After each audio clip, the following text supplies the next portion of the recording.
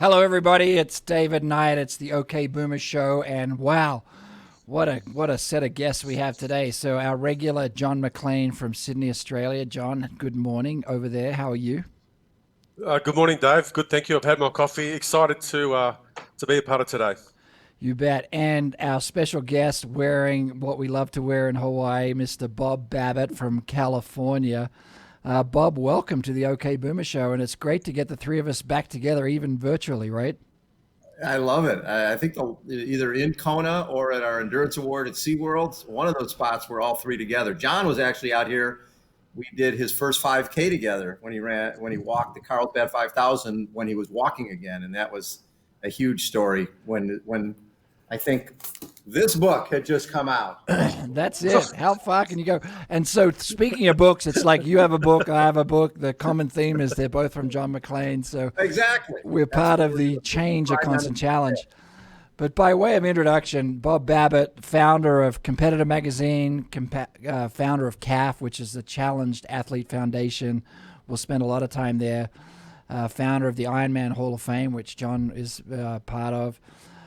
Founder of Triathlete Hall of Fame, and Muddy Buddy, and probably the list goes on. I got writer's cramp writing out all these guys' accomplishments. But Bob, you're so much fun. You're such a great kind of galvanizer of people, and all this stuff that you've done is just celebrating human accomplishment and shining a light on just extraordinary, people.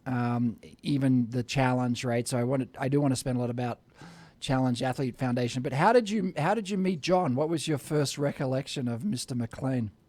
Well, John came over to Kona in 95, right? I think it was 95, 96 was the first 2 years that John came over. And at that point, and people don't remember this, but wheelchairs had not been allowed to participate at the Ironman World Championship or at any Ironman races, and not in that many triathlons, because most race directors had no idea what to do with somebody who was paralyzed. How did they do the race? And Dr. John Franks from LA, who was a chiropractor, came over in 1994, and he tried to finish the Ironman using swimming, using a hand cycle, and using a racing chair. And in 94, he missed the bike cutoff time. And I think John will agree with this. At the beginning, people were saying, well, these guys are in wheelchairs. We should change the time cutoffs. And people like John McLean and even Dr. John Franks were like, no, we want to do this race like everybody else. Right. If we don't make the bike cutoff time, we don't do the marathon, where we are not an official finisher. Even though we know once we get off the bike, using a racing chair, we're going to go fast enough to make the 17-hour cutoff time. Yeah, that So one and a John half Franks- hour marathon that John does is a pretty fast time for anybody, right? So John Franks didn't finish in 94. And then he missed the bike cutoff time. John McLean comes over in 95 and doesn't make the cutoff time. And then in 96, same thing. But I think either both years or one of those years, John went and did the marathon just to show that it can be done by someone in a wheelchair. And then in 97, John changed everything by making all the cutoff times. And I have sort of a list of the great moments in endurance sports, and John's moment is there because he was the first hand cycle wheelchair athlete to finish the Ironman World Championship. And that showed what could be accomplished. And when John is on national television in the US finishing that race, there's a lot of people who've told me they were in a hospital bed and they didn't know where their life was going to go. And next thing you know, they realize they can do a 5K. They can push around the block. So John led to so many more. And what he really led to was this revolution in hand cycle triathlon, because the following year, David Bailey, former motocross world champion, and Carlos Moleda, Navy SEAL, who'd been paralyzed when he was shot in the back, they started a 3-year trilogy of racing in Kona, where Carlos won the first 2 years, David won the third year. But the rivalry between those two was equivalent to Dave Scott, Mark Allen, Paul Nibby Frazier, and Aaron Baker. And what was cool about it was, to me, and I think to John as well, the disability disappeared. It was two great athletes who wanted to kick the other guy's ass, period, end of story. And the chair and the disability didn't matter. That's what we've always wanted, right? Equal playing field. Go out there and do whatever you want to do, and don't let anything get in your way, and don't let anybody tell you no. Well, I just got goosebumps when you said that, Bob, about, John's on your short list of like great endurance events. I can remember I was obviously privileged to do John's kind of induction speech to the Hall of Fame. And I had a rule with John that if I come into Kona, I have to do the race, right? So, I was unprepared and as usual, I was probably the last athlete into the village, and Lou Friedland through Gatorade obviously got me a slot because of corporate sponsorship stuff. And so I'd done the race that day. I was feeling a bit butchered, and it was at the event. And there was Mr. Bailey and Molina and all those guys. And John and I are kind of, getting ready for the event. And we're talking about John's time. And I'm like, I said, like, I don't even know if I beat John or I didn't beat John today. Like, I don't even know what your time was. And I said to John, what did you finish Kona in? And he goes like, I don't know. And Bailey goes, I remember it like a Swiss clock. He goes, it was 12:24:27, and I'm like, shit, he beat me again. So I think I was like 12:26. So like as usual, John beat me by about a minute and a half. So it was hilarious. What I loved about it, when Carlos, the year after John, Carlos went 10:55, and what was memorable about that was the year before, people were wondering if a wheelchair athlete could finish Kona. And when Carlos went 10:55, that would have won the first two races overall in 78 and 79 and beat every other able-bodied athlete. That was a statement, and it started with John McClain. Yeah. And Bob, what's the record now? I think there was a wheelchair or para triathlete that won a gold medal at the games and then like really lowered the time. Alex Zanardi, I think, he's right at 9 or under 9, something ridiculous. But the deal is, and again, there's long seat, there's kneelers, there's different levels of hand cycles, and the rules are you need to use a long seat. So it's in terms of the time that a long seat has gone, I think it's like 9:40 or something like that. Yeah, I heard a couple of years ago that one of the guys went top 50, and I think this guy. Anyway, so you can see the evolution of, to your point, can a wheelchair athlete complete the course? And now it's like finishing in the top 50. So they've come a very long way. Well, and think about the equipment. How heavy was your hand cycle? Probably it was 40 pounds. It was 40 pounds. It was made out of steel. It was called a Freedom Rider. Used to meet in the middle with a cotter pin, old school. Not dissimilar to your first police bike, which I think you bought. Is that right? Can you share that story, Bob? Because let's get a bit of an insight from you in the sport. How did all that kick off? How did you get introduced to the sport? Well, I read about this thing called the Ironman in 1979. So the Ironman started in 78, and then the second year of the event in 79, Sports Illustrated, which was sort of the Bible for anybody in the U.S. That thing came out every Thursday, and we read it religiously. And there was an 8-page article on this thing called the Ironman. And remember, there was only 15 starters and 12 finishers in both 78 and 79. This picture behind me is actually the start of the 79 Ironman, and that's the whole field, right? That's everybody. And what was interesting about 79 was in 78, there was no women. And in 79, Lynn Lemaire came and made a statement because she rode her way in the second place during the bike ride and ended up finishing 5th out of the 12 finishers. Wow. So right away, you knew women would be a factor and would be an equal playing field with the men. So when I read about Tom Warren was a guy who won in 79, and there was an 8-page feature, and Tom owned a tavern here in San Diego. Notice how everything that we're connected to, this beer, is somehow part of that world, right? So Tom owned a tavern, and he also put on an event called the Tug Swim Run Swim. And the Tug Swim Run Swim was a half-mile swim around this place called Crystal Pier in San Diego, 5-mile run on the beach, and then you swam around the pier again. And he'd get big crowds for this event. And myself and my roommate at the time, a guy named Ned Overend, who would go on to become world mountain bike champion. But at that point, mountain bikes hadn't been invented yet. And Ned was a mechanic at San Diego Suzuki. And the two of us met rock climbing in Mexico. And we got a little apartment here in San Diego. And we read about this article. And we read about Tom Warren, decided we had done the Tugs event. We'll find this guy, Tommy, because it's not like you go online and find out about this thing. This is before cell phones, right? This was this is when you basically use carrier pigeons.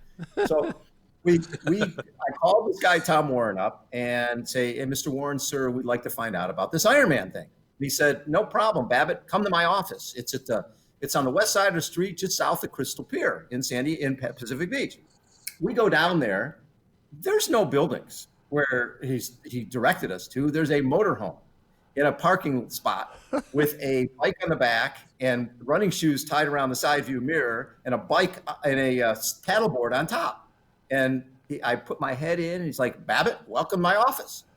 He had a payphone behind him. He'd call and order tortilla chips and tortillas and everything he needed for the bar. And then he'd go for a 5-mile run every single morning on the boardwalk. He'd ride to Oceanside and back, like 50, 60 miles. And he'd paddle out in the ocean. I mean, he was an Ironman guy before the event even was created. Right. So we take Tommy, and there's a bar right behind where his motorhome is, and we go in there to ask him, how do you do this thing? And he's talking to us about how to do it, and he's drinking beer. It's 9:30 in the morning, and he's drinking beer. So you realize right away that our guy is a little eccentric. Right. So, which most of the guys in the early days were. So I said, Mr. Warren, sir, tell me more about, what do you do? How do you ride the bike? How much training you do? And every time he would be talking to us, he had a magic marker and he'd be making marks on his arm. And we're like, again, remember, he's the guy who's going to show us how to do this thing. So he's our mentor. Mr. Warren, sir, what's the deal with the magic marker? He's like, I have a little bit of a drinking problem. I make a mark on my arm every time I have a beer, and when I get to my sleeve, I go home. At that point, we really knew the guy was a little out there. That's called today. That's called carbo loading, and Exactly. They've invented Gatorade now, so you don't need to do the beers. Right? Yeah, he's got a bike mounted on a trainer in a sauna in his house, right? And he's riding 5 hours a day in the sauna. So anyways, we come out of that and we're like, well, first we got to get bicycles. So again, we don't know what to get. So we go to police auction. My bike cost $75. The whole back end had been burned in a fire. And I had a fuzzy raccoon seat cover, had the foam grips on the front, had a Radio Shack radio mounted, bungee corded on the front so I could listen to music. More importantly, I had pannier, sleeping bag, and tent on the back of the bike because I thought you swam 2.4, rode 56, camped out, rode back the next day and ran the marathon. I had no idea. It was like a one-day thing. It was a little bit of a freaking surprise when we found that out. So now we got bikes and we're swimming in a 120 length in a mile condo pool here in Mission Valley. So we weren't quite ready for big ocean stuff. We get over to Oahu. And by this time, because of Sports Illustrated, it was 108 of us. It had gone from 15 to 108. So they have the pre-race meeting the night before the race. And the original race, 2.4 mile Waikiki rough water swim, 112 mile bike ride around Oahu, 26.2 mile Honolulu Marathon.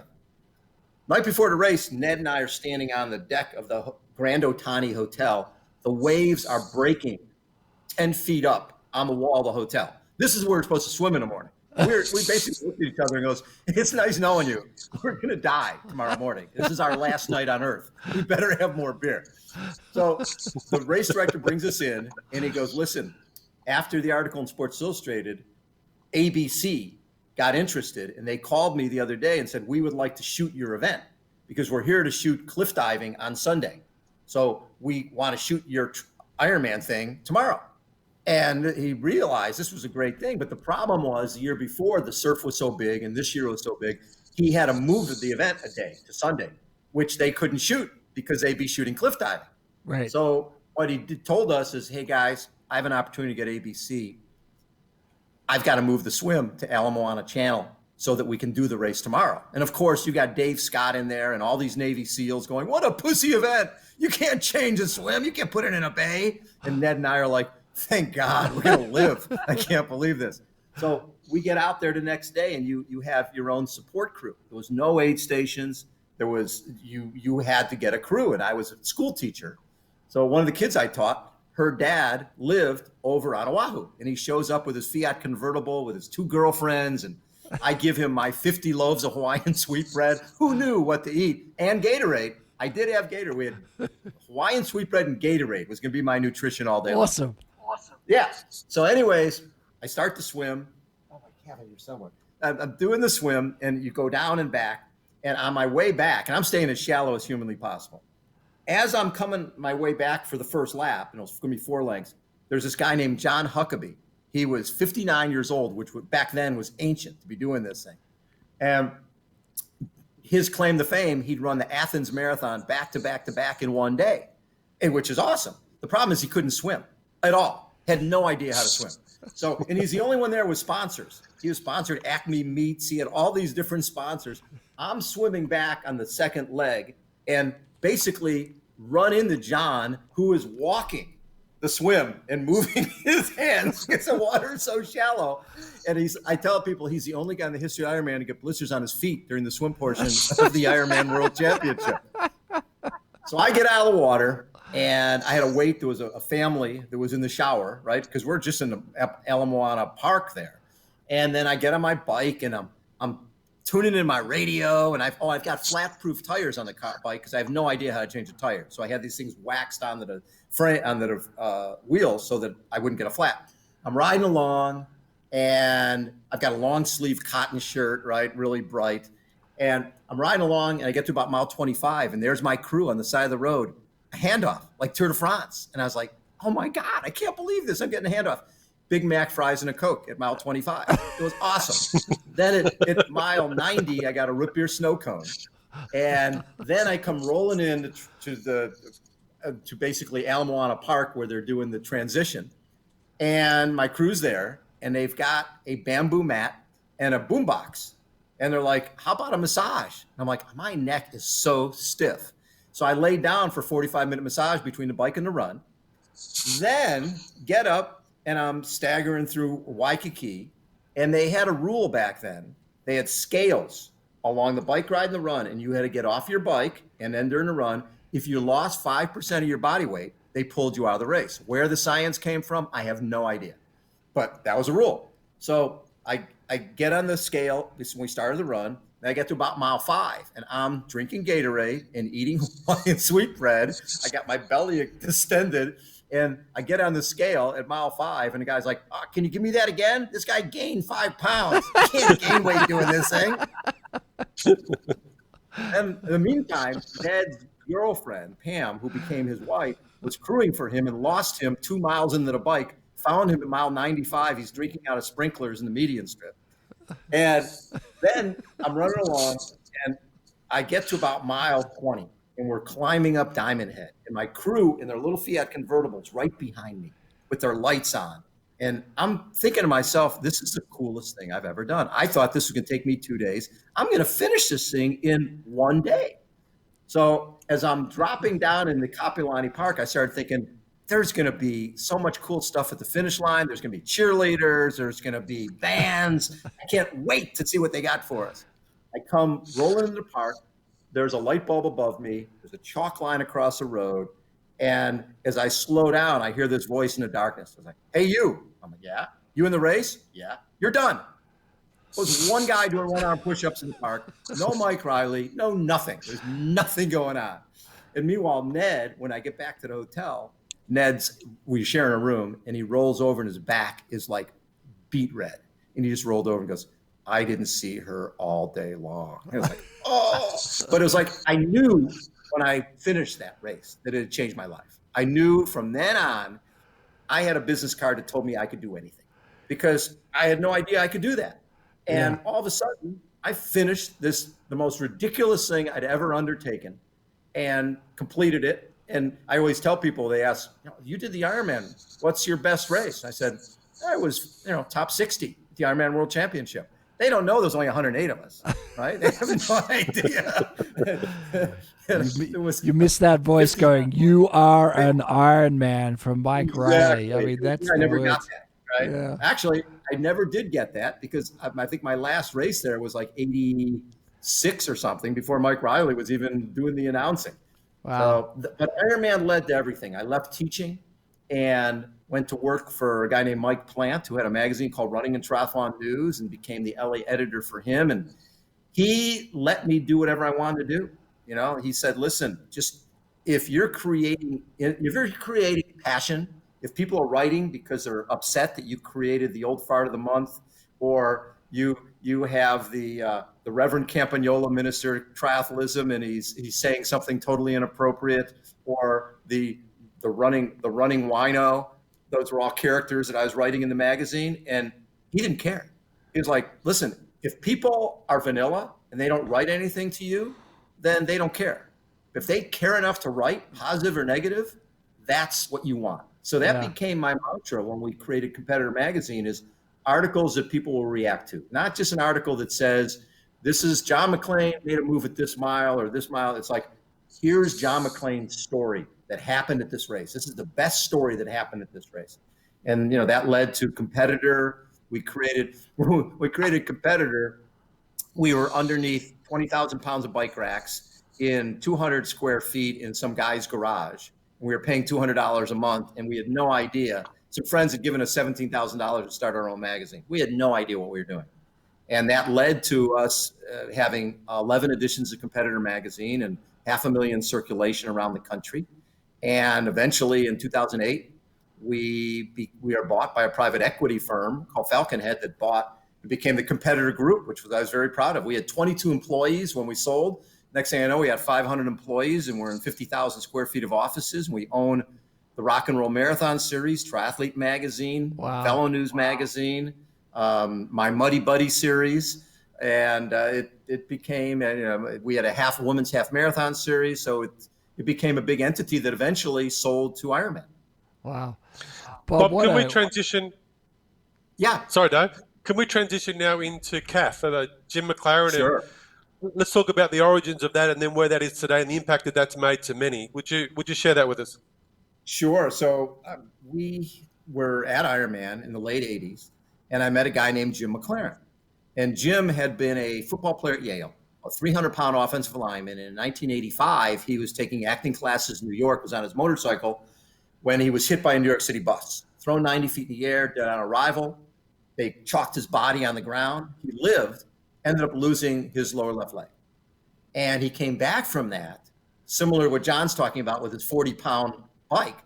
We're talking about a walking leg. He ran a 3:16 marathon, and then he went to Kona and went 10:42 on a walking leg, right? Changing perceptions of what anybody can do with a prosthetic. So here he is traveling the world. Everybody knew who he was. He was the one-legged guy. People were changing their perception from, we don't want to be supporting people with disabilities, to, wait a second, that person in a wheelchair, that person missing a leg, if there's 20 people in the room, I notice that person. That's the person I want to sponsor because they're giving me notoriety. People are aware of them, and they usually have pretty cool stories. So Jimmy was traveling the world, sponsored by Budweiser and Profile by Design. And then in 93, he was racing in Mission Viejo here in Southern California. A van goes through a closed intersection, hits the back of his bike, propels him headfirst into a pole, becomes a quad. He's already an amputee, becomes a quadriplegic. And at that point, myself and two close friends, Rick Kozlowski, who was a race director here in San Diego, and Jeffrey Essikow, who worked for the Tinley Company that sponsored Jimmy, the three of us got together, and the goal was to put on a little triathlon at La Jolla Cove. And we wanted to raise $25,000 to buy Jimmy a van with hand controls. From the wheelchair athletes I had interviewed over time at Competitor, the one thing I'd hear from them when I'd ask, what's the worst part about being paralyzed? It was invariably, I'm 30 years old, here come mom and dad back in my life. No sense of self or independence. So the goal was to buy this van for Jimmy to give him independence. We raised 49. We thought our job was done. 3 amputee women who came out and did a relay in support of Jimmy, they came up to us and they go, it's great what you did for Jimmy. He got us into endurance. But did you know if you get injured, your health insurance will cover a walking around leg or an everyday wheelchair? Nothing to do with sport is covered by insurance because it's considered a luxury item. And you guys both know sport is a huge part of who we are and what we do. Without sport, you're not truly living. So at that point, we got our 501(c) and became the Challenge Athletes Foundation. And now it's been 27 years. We have raised $123 million. We've sent out over 30,000 grants to athletes in 73 countries. And the part that hits me the most, 103 different sports that we funded grants for travel, training, and equipment. Who knew there were 103 different sports? But that's the cool part, is every day there's new sports coming up. It used to be wheelchair guys couldn't get down to the beach. Well, now they got mats to get people down to the beach. So now you got surfing and you've got swimming. And used to be that you couldn't go off road because wheelchairs couldn't go off road. Well, now they can. So now you've got off road hand cycling. So it's every single day we're getting new sports. And just before COVID hit, we sent out 3,921 grants totaling $5.9 million for athletes in 43 countries and again, 103 different sports. So it all started with Jim McLaren, but it's all about making sure that any challenged athlete, whatever their disability, whatever their challenge, that we're here to help them meet their dreams, whatever it happens to be. I had a guy today, we started this Challenge Athletes Live where we've done 67 of these interviews. And one of the guys I was interviewing this morning, he was, working in the Navy with the Navy SEALs back in 2001, was on his motorcycle, paralyzed. And one of our CAF wheelchair guys came to see him in the hospital with former Al Kovac, another Navy SEAL, who was paralyzed in a parachute accident. And he's a quad. And he said to this guy, Craig, hey, listen, I'm a quad. You're a para. You have no excuse. Get your ass out there.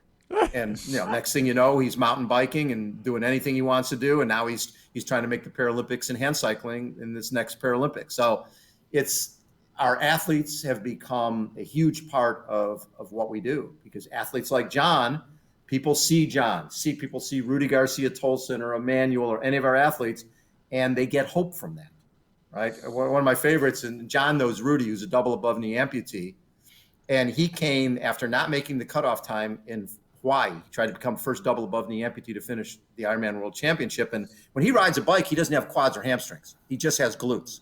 So but he's a world-class swimmer who's gone 232 for 200 IM. So, and this guy's world-class swimmer. And he's run a sub 6 minute mile with double above knee amputee. So we're waiting before Ironman Arizona starts, 6 weeks after not making the cutoff time in Kona. And you think about Ironman Arizona is one of the first Ironmans to sell out because it's the ultimate oxymoron. People think it's an easy Ironman. They want to be an Ironman, but they want to do something that's flat and fast because they want to finish it, which totally understand. So probably 70% of that field was first timers. Now, if you're in the desert, it's cold and it's dark. People are huddled up before the start of that race, questioning their life decisions. What the hell was I thinking? Why am I here? I can never do this. Then you see Rudy take his legs off. He's on his little stubbies and start walking through the crowd down to the swim. And it just started. It was totally organic. People were like, "It's Rudy. It's Rudy." And they started chanting. They're like, "Rudy, Rudy." Oh, wow. And everybody wins. They see Rudy, and any question that they had about their ability to do something disappears. Yeah. If Rudy can do it, they can do it. If John McClain in the wheelchair can do this, what am I worried about, right? So those people are cheering Rudy on. Rudy's giving them hope and inspiration. Everybody wins when we've got one of our challenged athletes at the starting line of any event. Well, we had Wendy Ingram on last week, and we were talking about CAF, where John, Wendy, and I were like the trio. And I still allege I was first out of the water, which is complete bullshit, but it sounded good at the time. But that was the weekend where we met Rudy as a young boy, right? And Yep. Robin Williams was there. And I think I've introduced Billy Davis to you, a buddy of mine that I met through New York, through Achilles, amputee from a motorbike accident. And Rudy's in New York now too. So met Rudy at the New York Triathlon like 2 years ago when I was there helping Billy. But what a journey. I mean, again, John's a huge inspiration, but he needs support from people like you, right? He needs a platform and an audience and ways to get the message across. And Ironman just became a real natural kind of way to amplify what is such an important message, right? There are no excuses, right? The Ironman's mantra is anything is possible. Right. Which it goes way beyond sport. Right? Anything absolutely is possible. And if you think about those important moments throughout Ironman history with, we talk a lot about, Dave Scott and Mark Allen and all these amazing races. But what put the Ironman on the map? What put Ironman on the map was this 22-year-old co-ed named Julie Moss with freckles. And as she collapsed while leading the race, people watching all over the country here in the U.S. are watching this happen. And I call it this was the first real reality TV. You watch this woman crawl and collapse and stand up and crawl and collapse. And people who are watching in Pittsburgh or Milwaukee or New York couldn't relate to Dave Scott finishing the 1980 Ironman, winning and going and cooling down. Right? He just did a 140-mile race. He should be laying on his back somewhere suffering. John Howard, 3-time Olympian and Pan American Game gold medalist in 81. They weren't relatable. But this 22-year-old with freckles, who could be your daughter, your girlfriend, your neighbor, she could be babysitting your kid, you could relate. So people were watching, and they're thinking to themselves, this is stupid. This is the silliest thing I've ever seen. And then they watch her collapse on the finish line. And after she's been passed, so now she hasn't won the race, and puts her arm across the finish line. They put a lei around her neck and take her off on a stretcher. And people forget, ABC Wild World of Sports in those days, they did 3 vignettes during a show. So they do ice dancing, they do roller derby, they do Ironman. So they go from Julie Moss on a stretcher being carried off to roller derby. And people have no idea if she's alive or dead. So the phone lines at ABC lit up, and people were calling from all over the country because they were worried about this young girl. So they had to fly Julie and Kathleen, a fellow 22-year-old co-ed who won the race, to New York to be on with the dean of ABC Wild World of Sports, Jim McKay, to assure the American public that this sport and this event doesn't kill people, right? And that finish led to the United States Triathlon Series, which started in June of 82, which led to them doing a second Ironman in 82, because the event had been in February. Well, now October is a better time to do it because people from all over the world can train for it.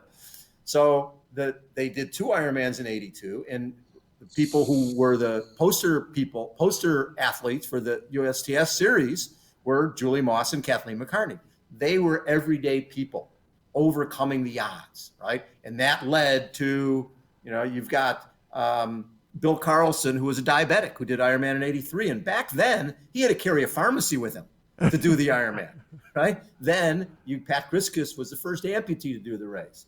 And then after that, you got John McClain, the first wheelchair athlete, and Jim Howley in 96 as well was the first guy with AIDS to do Ironman. So all of those moments really changed the world, because people watching at home were motivated and inspired by that next John McClain, who was doing something that seriously was thought to be impossible.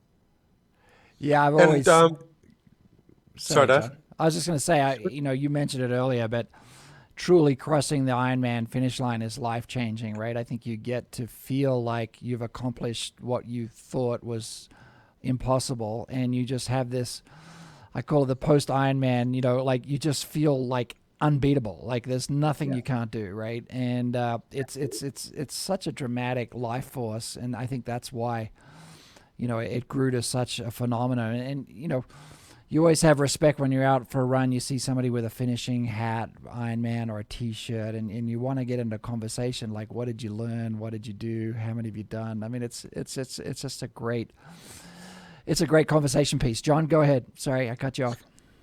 Yeah, there's 2 bits, Bob, to share. One was the young man who recently completed the Florida Ironman with Down syndrome. Yep. For me to see that on the social networks, and just, again, goosebumps, and be blown away by the fact that the human spirit just continues to be lifted up. And, for me and you and Dave, who have done Hawaii, and to see this guy, go through that whole process with his buddy, in terms of the run bit, just kept on bringing back those emotions of that anything really is possible, and the world needs good stories to be inspired. And one of those other stories that comes to mind, which you're very much aware of, and you spoke about the evolution of Ironman in terms of my participation in the early days and where it's come to. And then there was an accident with young Lauren Parker. So, I was riding a bike, I had my accident, Lauren, and she had got on the podium quite a few times, top 10, I think top 3 for her age group. And then I obviously wanted to make sure I could do all I could to help her. And then she said, maybe I could go back to Kona. And I was in the hospital with her when she said those words. And then she said, I actually am going to go to Kona and I need you at the finish line. So you can see how this perpetuating energy comes from Ironman. And as you know, she's gone on to do a lot more than just dreaming about getting to Kona. She's now #1 in the world in para-triathlon. So can you share a little bit about Lauren's story for those who are unfamiliar? Yeah, Lauren, this is 2017. Lauren Parker was a pro, and she was getting ready. She had been on the podium, on the stage with Mike Riley and I in Kona. She was second a couple years earlier at the Ironman World Championship in her 25, 29-year-old age group. Then she turned pro, and that following year she did mainly shorter distance, 70.3. And then 2017, Australia was going to be her first Ironman, and that was like late April. So early on April 18th, 2017, she was out for a ride with her two friends, and both tires flatted on her bike at the same time. And she went into a guardrail and was paralyzed from the waist down. And I had her on the radio show really within like a month and a half of that. And I said, Lauren, what do you want to do? And she goes, I want to get back into triathlon. Eventually, I want to do Ironman again. I said, well, you need to start by being at our San Diego Triathlon Challenge. So we flew her here to San Diego. She had to check out of the hospital. She had to basically tell them I'm going home for the weekend, and came over with her friend Brad. And I think she thought we were bringing her over to be inspirational to she really didn't know anything about Challenge Athletes Foundation. And she came to our Friday night. We do this thing called Celebration of Abilities, and we have 700 people there. And we have 150 challenged athletes. And there's kids running and in wheelchairs and missing legs and visually impaired. They're all over the place. And when I was on stage, I told the audience Lauren's backstory and said, everybody in this room needs to help Lauren get back to where she wants to go. And just in unison, they all stood up and gave her a standing ovation. Wow. And Lauren was like looking at Brad going, they're here for me? And so the next thing, we got her hand cycle, racing chair. And within a year, she took a bronze at the Commonwealth Games, within a year of her accident. And then she took, at the World Championship, she took a bronze. And then the following year, this last year, she wins a gold medal in the para-tri. And then she became the first challenge athlete to be sponsored by the Bahrain 13 team, and bought her own house, which she was so excited about.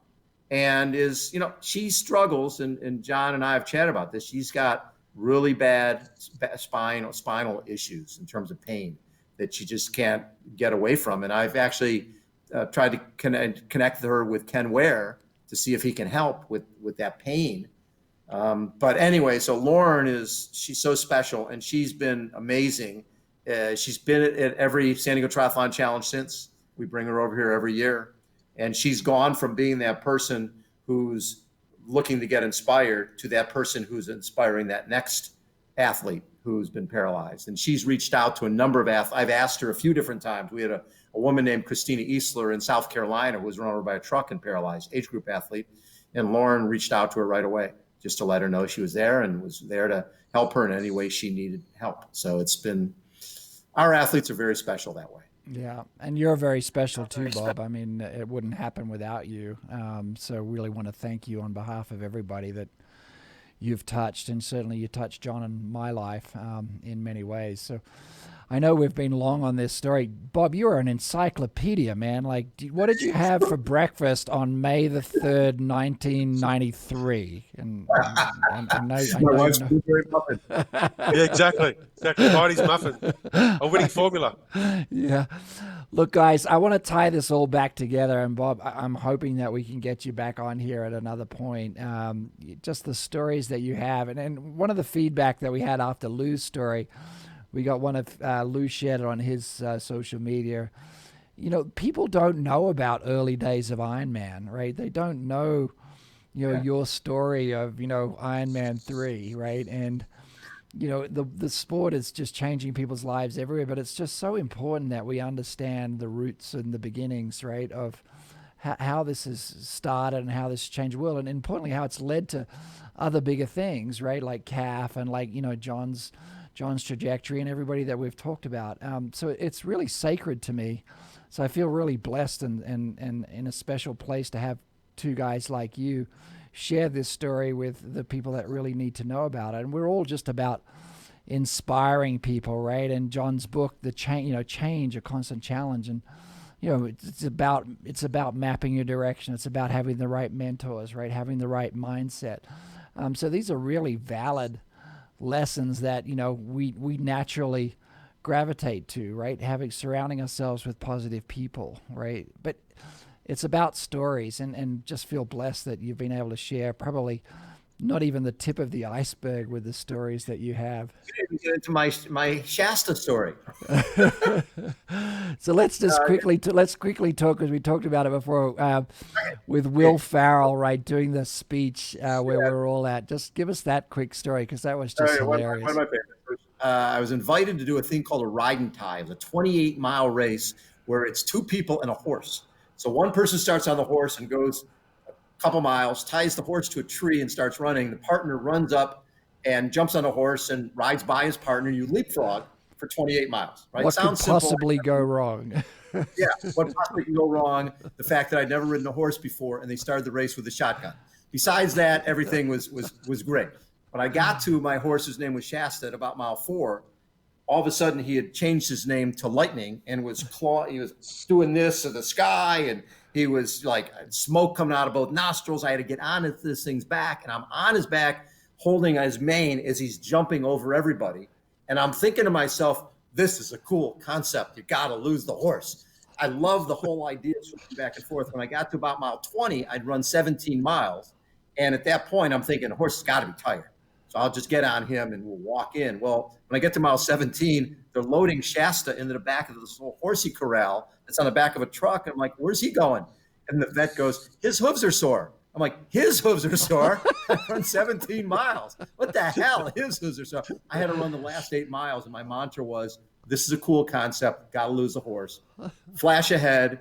All of us are very fit after Ironman in October. Thanksgiving's coming up. I'm going to put on a ride and tie. This is before mountain bikes, with what we call butt bikes, the bikes you'd get down at the boardwalk to ride along with, had the big seat on them. So I get a bunch of these bikes. We bring them out to this canyon. I've got Scott Tinley, Scott Molina, Mark Allen, all these guys who are very fit from Ironman, but don't want to do anything serious. I hide stuffed animals all over the canyon. It was you and a partner. It was a 12-mile ride and tie, and every stuffed animal you brought back was worth time off your total time. And if you brought turkeys back, stuffed turkeys, those were 10 minutes off your time. And then we had a spam station. Every piece of spam you ate was worth time off your total time. So it's just a total crazy event. And we did that thing, no entry fee, 10 cans of food that we would donate to the local shelter. And all of a sudden, I'm getting 200 teams showing up on Thanksgiving and Easter. And I'm in a turkey outfit at Thanksgiving and a bunny suit for Easter. So what happened in 1998 with Competitor Magazine, I'm meeting with the president of Brooks Shoes and asking him about advertising in Competitor. And he goes, listen, I can't compete with Nike and Adidas in terms of advertising. But if you have an event of some sort, we would be happy to get involved with a promotion of some sort. So I'm like, okay, we'll take my ride and tie, which is no permits, no nothing. We'll add some obstacles. So you start out on the bike and ride a mile on a mountain bike to my 25-foot inflatable with a cargo net up the front and a slide down the back. Leave the bike, do the obstacle, start running. I run up, do the obstacle, grab the bike, ride by you. So it's leapfrog, which means I can wear a frog outfit.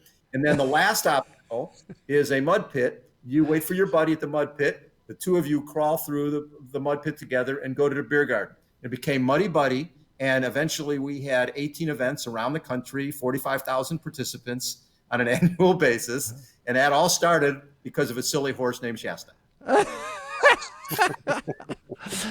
And if anybody can make sense of that, apart from let's go have some fun, let's push ourselves and get great people together to do crazy things, then that's how great things start. So, Bob, what a pleasure that story is. John, how do you top that, mate? Well, I want to come back to the question with Will Farrell. So, Bob, we're talking about the awards, and yes. I was obviously honoured with David to be a part of that, and you've obviously done the awards for many years, and then Will Farrell gets up on the stage. Can you kind of share what he had to say? Sure. He's a funny guy. Gary Kobat's a trainer in LA, and he trained Will Ferrell and Jim Carrey and David James Elliott from a TV show called Jag. and they came to our San Diego Triathlon Challenge. And actually, Will ran, along with Jim Carrey, a 1:45 half marathon on a very hilly course.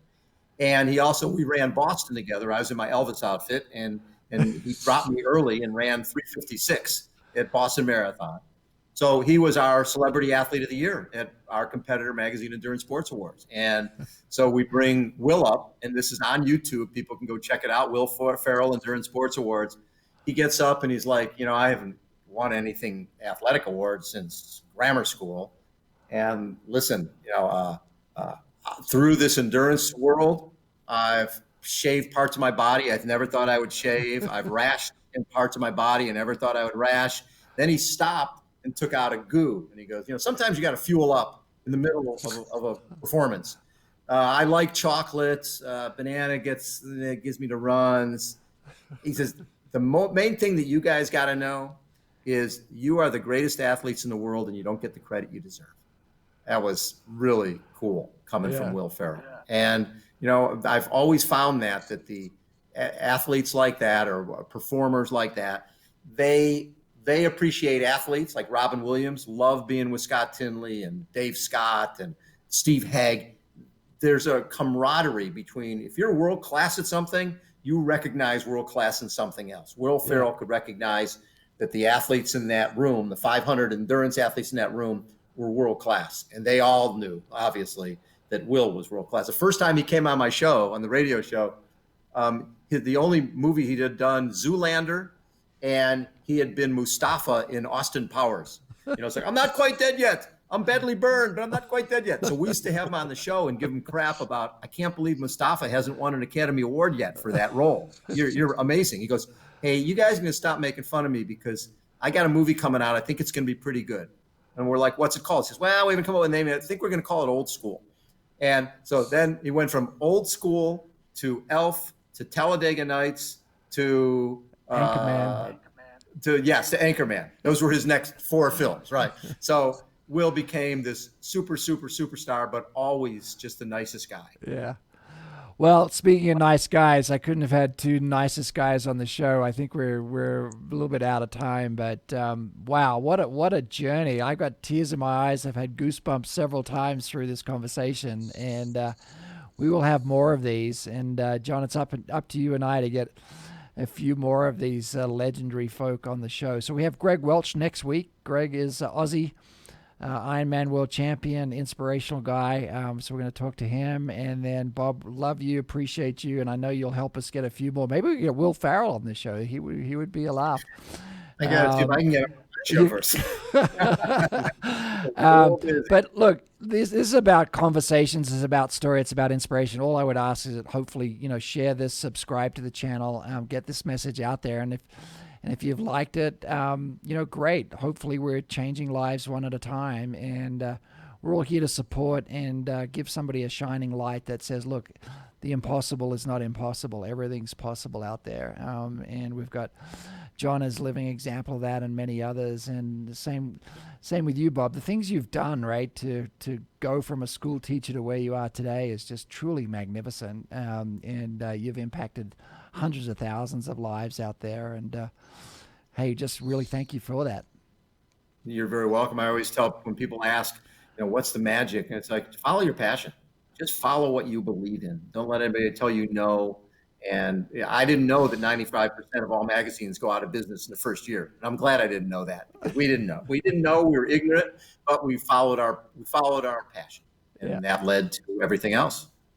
Just show us those bobbleheads before we go, so you could. We'll get these guys on the show at some point. But what do you got there?